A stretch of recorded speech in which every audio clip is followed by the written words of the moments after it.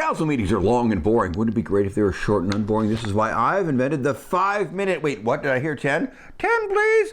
10-minute meeting!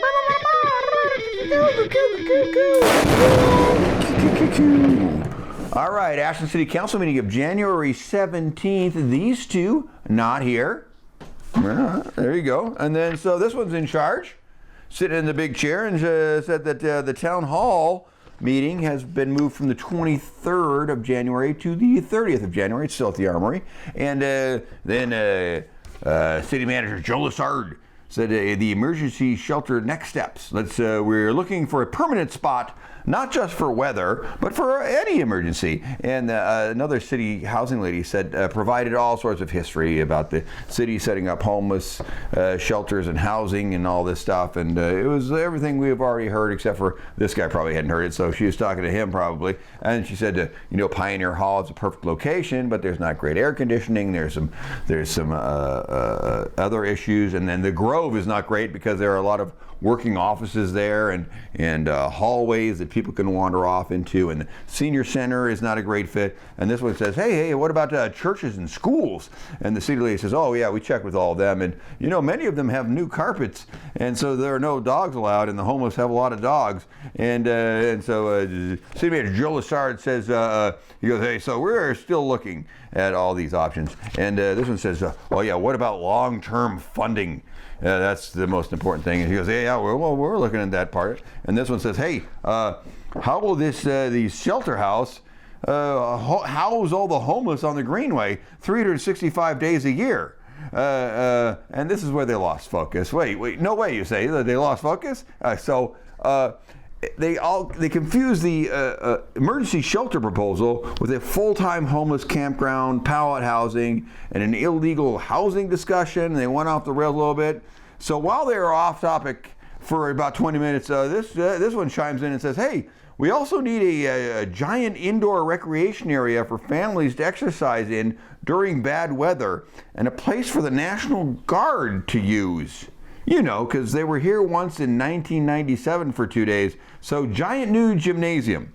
And this one says, we should get all the money to fully fund and fully staff a new building before we even look at new shelters. And this one just says, hey, I move we let staff keep compiling all of our options for an emergency shelter.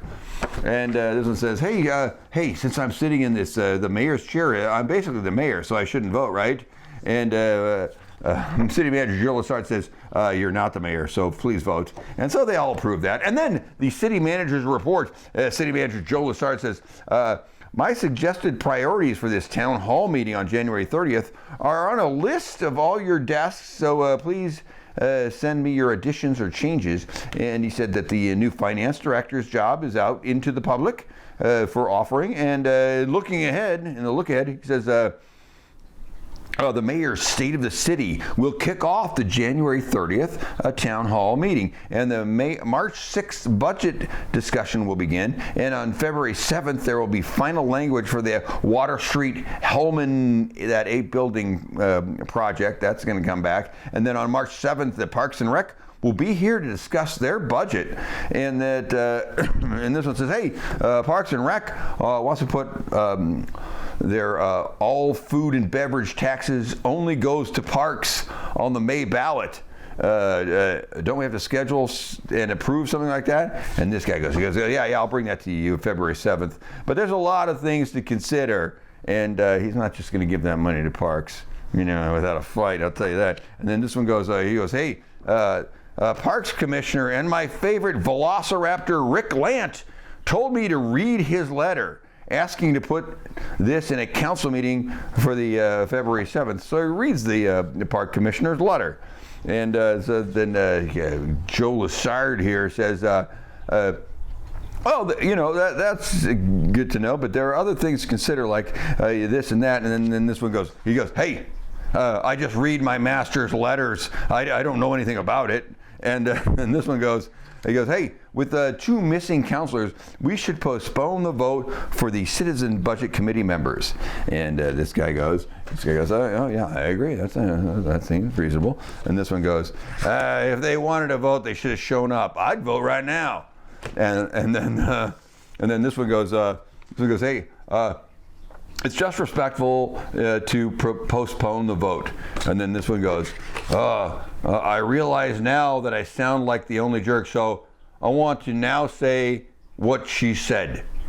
But it was on the agenda, so and then this one says, so I moved to postpone the budget committee vote, and that was all approved. And then the public forum, short 5G lady, you know her, she said, child laborers mine cobalt for smartphones, and they are just like black slaves America had in the South. Every phone call you answer puts the blood of child slaves on your hands. Whoa. And then a man in green plaid said, the 15-story tower, cell tower on Billings Ranch demands a comment from the city council.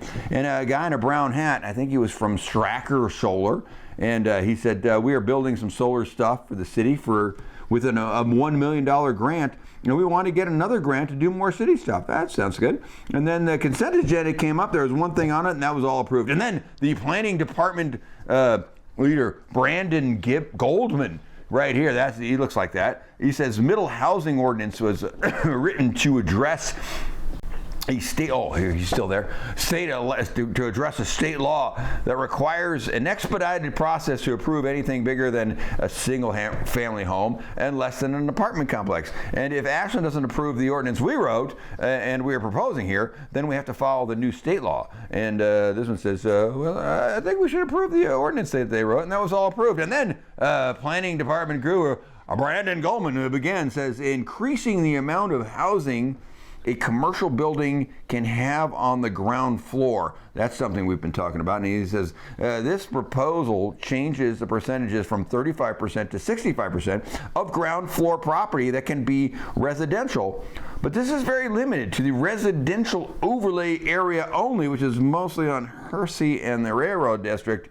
And interestingly, it also increases the density maximum, so maybe smaller units can be jammed into the same buildings, and residential units must be low-income housing, maybe. And then public forum came along, and so you remember the nutty former city councilor started talking in circles, but he kept his clothes on, unlike normal, and he said, I'm against this. And this one says, she goes, hey, I move to approve this ordinance. And this one says, boy, I have so many amendments, I can't agree to approve this. And this one says, this one says, hey, he says, I think that because what crazy, naked, red-haired former counselor said, he makes great points. So I'm against this. And this one says, well, I'm against this for regular reasons. And this one says, hey, well, I see so many empty first floor businesses right now. I thought this was a good temporary idea, but everyone seems to be against it. So I withdraw the motion. And this one says, well, I move that it's not that terrible and we should bring it back as part of a housing meeting in March. And that was all approved. And then this one says, jumped back up and says, hey, I also move that the planning department do an economic analysis with some state DLCD support, whatever that is. And she says, I'm worried about the cost. And she says, hey, like I said, DLCD is support. What don't you get about that? And what the fuck is DLCD to begin with? That's a pretty good question. And this one says, she goes, hey, this economic study is essential before anything else, so we should vote on this. And this one goes, yeah, so I'm confused on that. And the city guy says, it's a proposal for an economic analysis with this DLCD support. And he just goes, oh, well, yeah, okay, then, yeah, I got it. I'm on for it. And then the TAP Intertie project. Public Works Director Scott Fleury, he's got a beard. That's him. He said,